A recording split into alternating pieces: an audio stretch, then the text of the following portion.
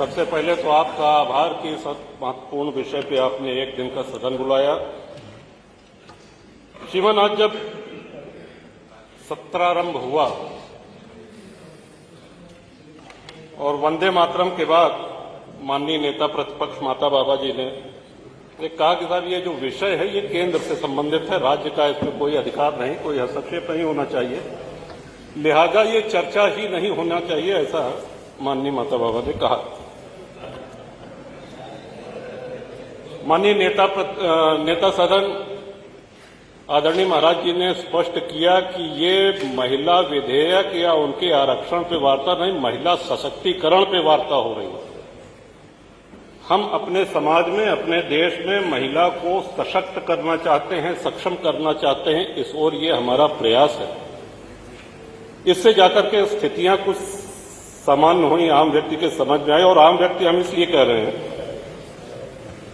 कि ये कार्रवाई पूरे प्रदेश में, पूरे देश में देखी जा रही है। अच्छा, लोग थोड़ा भ्रमित हो जाते हैं। अब लोगों को ये नहीं समझ में आ रहा है कि डिलिमिटेशन पे बात हो रही है कि महिला आरक्षण पे बात हो रही है, हो क्या रहा है, किस दल की क्या भावनाएं हैं। इस चीज को स्पष्ट करने का एक छोटा सा प्रयास हम ये अवश्य करना चाहेंगे माननीय अध्यक्ष जी कि आपातकाल के समय 1976 में इंदिरा गांधी ने लोकसभा की सीटें 543 ही रहेंगी, इसको फ्रीज कर दिया। ये संख्या अब बढ़ाई नहीं जा सकती है। ये आपातकाल के समय जब लोकतंत्र खतरे में था तब इंदिरा जी ने ये ले आए और 543 वो संख्या फ्रीज हो गई। अब 2011 के बाद जनगणना नहीं हुई है। ये सीधी सी बात है कि जितनी जनता उतने जनप्रतिनिधि, उसी अनुपात में। जनसंख्या श्रीमन अभी विचाराधीन है। 2011 के बाद अभी तक सेंसस नहीं हुआ, जनगणना नहीं हुई। वो 1 मार्च 27 को पूरी होगी। अभी पिछले दिनों हम लोगों ने जो देखा कि नारी वंदन तो 2023 में आदरणीय मोदी जी ले आए थे, लेकिन अभी हालिया जो सदन में बैठक 17 अप्रैल को हुई, उसमें लोगों को ये आशा थी कि अब ये बात आगे बढ़ेगी। ऐसा नहीं है कि भाजपा के नेताओं को ये पता नहीं है कि हम अकेले इस बिल को पास करा पाएंगे, नहीं, लेकिन आशा रही होगी कि इस कार्य में सभी दल सहयोग करेंगे। और हुआ इसका उल्टा जीवन। वो बिल पास नहीं हो सका, स्थितियां जहां की तहां हैं। आज भी आप लोग आरोप प्रत्यारोप में ही उलझे हुए हैं। आदरणीय मोदी जी ने जो प्रस्ताव लाया है, सीधे सीधे उसको पास करवा दीजिए पार्लियामेंट में, ये लागू हो जाए। और इसमें डिलिमिटेशन भी का भी प्रावधान है कि जितनी संख्या हमारी जनसंख्या बढ़ रही है उस हिसाब से लोकसभा की, उस हिसाब से विधानसभा की सीटें भी बढ़नी चाहिए। श्रीमान, अगर नारी सशक्तिकरण का, नारी सम्मान की बात की जाए, भारतवर्ष में हम सभी लोगों का जन्म हुआ है। हमारे डीएनए में, हमारे धर्म में, हमारे विचारों में, हमारी आस्था में आदिशक्ति देवी मां को ही माना गया है। आज वीरता की बात करें तो मां काली का ध्यान आता है। विद्या की बात करें तो विद्या की देवी मां शारदा है। वैभव की बात करें तो मां लक्ष्मी की कृपा से वैभव और ऐश्वर्य होता है। ये जीवन के 3 प्रमुख क्षेत्र हैं जो देवी मां की अनुकंपा से ही पूरे होते हैं।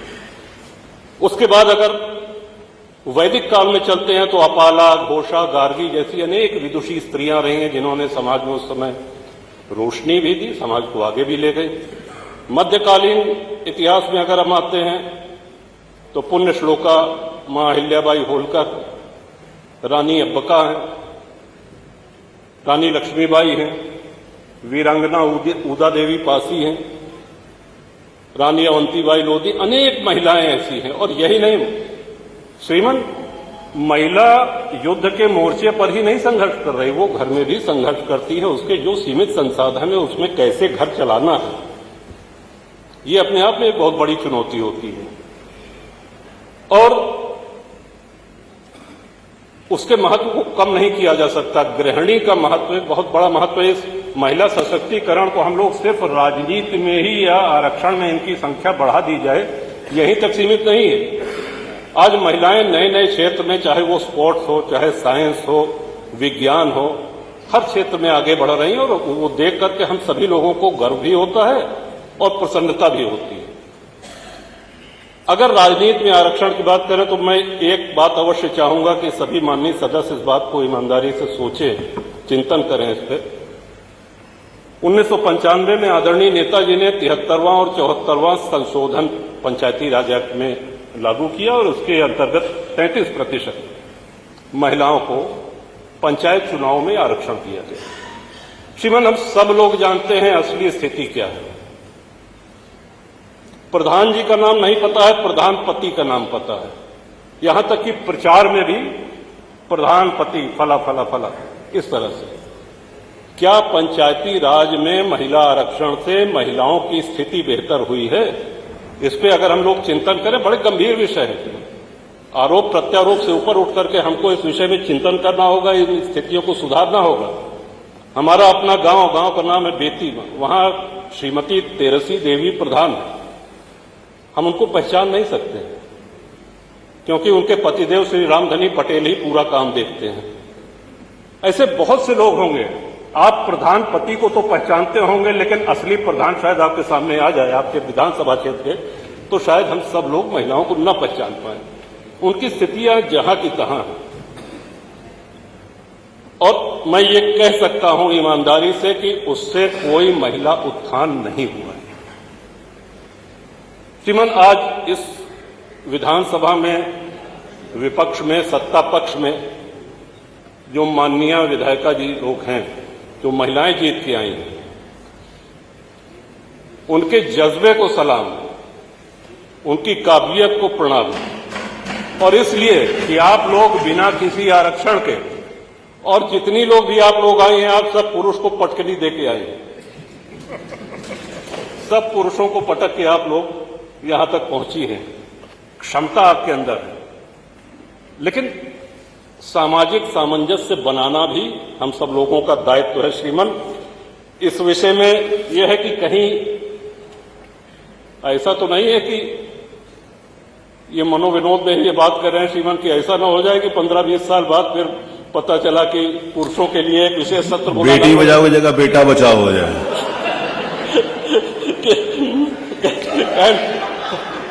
पुरुष सशक्तिकरण सदन एक दिन पे पुरुषों। अब देखें, माननीय अध्यक्ष जी ने कृपा पूर्वक